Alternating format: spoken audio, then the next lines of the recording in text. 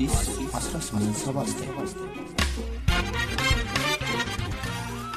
ይህ የአዲስ 1879 የግርጌ ማስታወሻ ነው።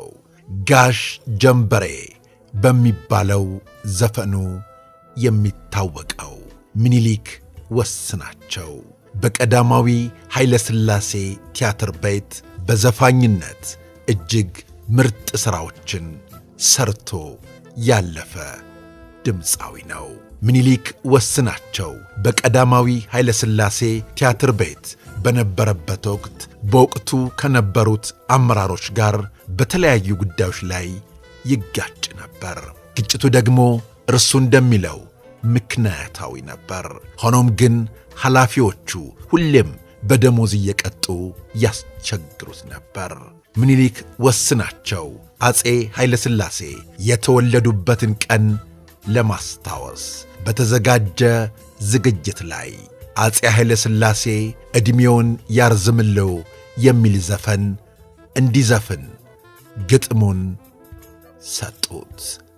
ግጥሙን አነበበው።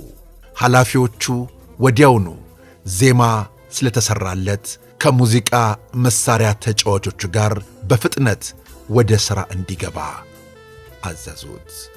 ምኒልክ ወስናቸው ተበሳጨ። አልዘፍንም አላቸው። ኃላፊዎቹ ተናደዱ። ወደህ ሳይሆን በግድህ ትዘፍናታለህ አሉት።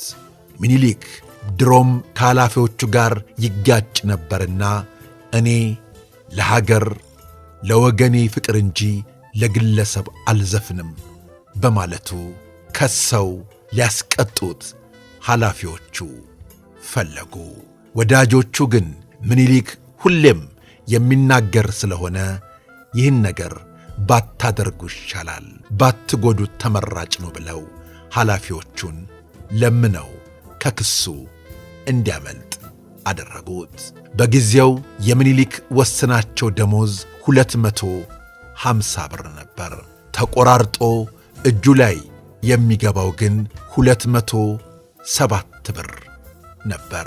ኃላፊዎቹ ምኒልክ ወስናቸውን ቂም ስለያዙበት ደሞዙን ሊቀበል ሲሄድ 217 ብር ቅጣት እንዳለበት ተነገረው። ምኒልክ ወስናቸው ደነገጠ።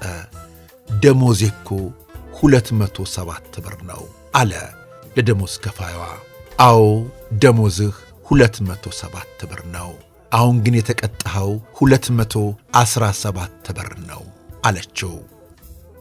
ተገረመ፣ አዘነ። ወዲያውኑ በኪሱ የያዛትን 10 ብር አውጥቶ ለደሞዝ ከፋያ ሰጥቷት ወጣ። ይህ የብሔራዊ ቲያትር የመጨረሻው መልቀቂያም ሆነ። ከዚህ በኋላ ወደ ራስ ባንድ ገባ።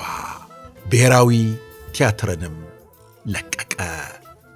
እነዚያ ወዳጆቹ ግን የሥርዓት ለውጥ ሲመጣ ምኒልክ ወስናቸውን አድነን አትርፈን ቢሉትም ሥራችሁ ያውጣችሁ አላቸው።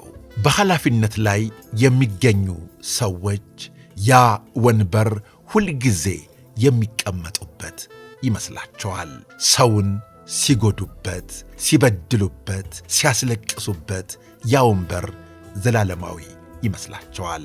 ሆኖም ግን ቀን የጎደለለት በአንድ ቀን ሲባረሩ ይህን ያደረግኩት እንዲህ ተብዬ ነው፣ እንዲህ አድርጌ ነው እያሉ ምክንያት መደርደር የበደሉትን ሰው እንዳልበደሉ ለመሆን የሚያደርጉት ነገር በብዛት ይገርማል።